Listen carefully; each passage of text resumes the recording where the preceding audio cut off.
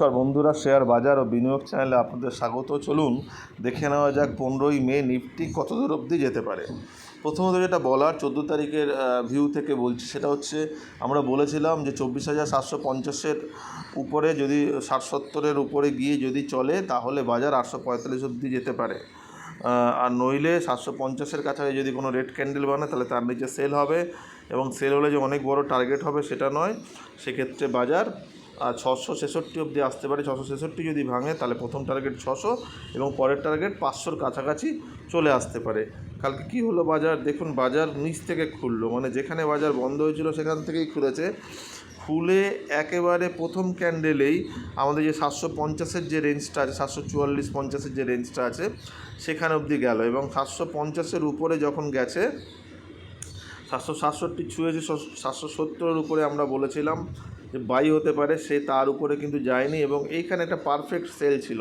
দেখুন আমাদের রেঞ্জে গিয়ে একটা 15 মিনিটের ক্যান্ডেল, একটা রেড ক্যান্ডেল বানিয়েছে, তার নিচে সেল হলে দেখুন একটা দুটো ক্যান্ডেলেই কিন্তু মোটামুটিভাবে 650-60-এর কাছাকাছি চলে এসছে, এবং 60-এর কাছাকাছি এসে দেখুন সাস্টেন করার চেষ্টা করেছে। করার পরে দেখুন ভাঙার পরে আগের দিনে যে লো ছিল তার কাছাকাছি চলে এসছে, মানে 548, এবং তারপরে বাজার আবার উপর দিকে গিয়ে 666-র যে লেভেলটা আছে সেই লেভেলের কাছাকাছি বাজার বন্ধ হয়েছে। আজকে কি হবে দেখুন, আজকেও বাজার পজিটিভ থাকবে, কিন্তু অনেক বড় রেঞ্জ বানাবে বলে এটা কিন্তু মনে হচ্ছে না। মানে বাজার একটা ছোট রেঞ্জে থাকতে পারে। দেখুন লজিকটা বলি, আমরা ডে ক্যান্ডেলে গেলে বুঝতে পারবেন। দেখুন ডে ক্যান্ডেলে দেখুন এইখানটায় কনসলিডেশন করেছিল, তারপরে উপরের লেভেলে গিয়ে এখন কনসলিডেশন করার চেষ্টা করছে। যদি নিচের দিকে নামে তাহলেও এই যে জায়গাগুলো আছে এই জায়গাগুলো অত্যন্ত ভাইটাল জায়গা আছে, মানে এই জায়গাগুলোতে কনসলিডেশন হওয়ার অনেকগুলো জায়গা আছে, কিন্তু আমার মনে হচ্ছে আজকে বাজার কিন্তু উপরের দিকেই কনসলিডেশন করবে, এবং 25,000 কিন্তু চট করে ভাঙবে না। সেটা কিন্তু আমরা বলছিলাম যে 25,000 একটা সাইকোলজিক্যাল লেভেল, যেদিন ভাঙবে সেদিন থেকে আবার একটা বড় মুভমেন্ট আরম্ভ হবে, কিন্তু তার আগে বাজার একটা ছোট রেঞ্জের মধ্যে থাকবে বলে মনে হয়। দেখুন এই জায়গাটাতে কিন্তু আবার একটা ছোট একটা রেঞ্জ বানাতে পারে। যেমন রেঞ্জ বলতে ধরুন 673 থেকে 750 হতে পারে, আর 750 থেকে 850 হতে পারে।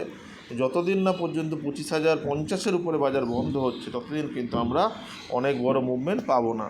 আজকেও বাজারকে আমরা একটা ছোট রেঞ্জের মধ্যে দেখতে পারি। সেক্ষেত্রে কী হতে পারে দেখুন, বাজার কটা সিনারিও আমরা বলে দিই। যদি বাজার যে জায়গায় বন্ধ হয়েছে যদি সেই জায়গাতেই খোলে, মানে 666 670 এই লেভেলে যদি খোলে, তাহলে বাজার 750 অবধি যেতে পারে, এবং 750 থেকে 750-এর উপরে বাজার যদি চলে তাহলে বাজার সেক্ষেত্রে 840 অবধি বা 850 অবধি যাবে। মানে ধরুন এইখানটাতে বাজার খুলে গেল, যেখানে বাজার বন্ধ হয়েছে এখানে খুলে গেল, খুলে যাওয়ার পর গ্রিন ক্যান্ডেল বানিয়ে 750 গেল, আর 770-এর উপরে যদি যায় তাহলে এটা বাজার 845 অবধি যাবে, কিন্তু তার উপরে আমার মনে হচ্ছে না যাবে। তার উপরে যদি রেঞ্জ আছে সেই 24,950 থেকে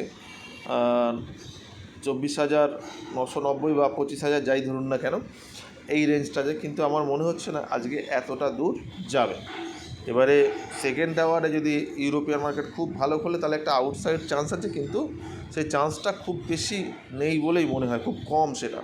আর একটা কী হতে পারে, ধরুন উপরে খুলে গেল 750-এর কাছাকাছি, খুলে যদি বাজার একটা রেড ক্যান্ডেল বানিয়ে দেয় কালকের মতন, মানে এই ক্যান্ডেলটার মতন, তাহলে কিন্তু সেল করতে হবে। সেক্ষেত্রে আবার এটা 670 চলে আসবে, আর 650-এর নিচে যদি যায় তাহলে 600, এবং তার নিচে গেলে হচ্ছে এই লেভেলটা চলে আসবে 530 থেকে 500-র এই লেভেলটা চলে আসবে। 473 যদি বাই চান্স ভাঙে, যদি চান্স কম, 473 ভাঙলে বাজার 400 অবধি আসতে পারে। তার নিচে কিন্তু আমার মনে হয় না বাজার এই মুহূর্তে যাবে বলে।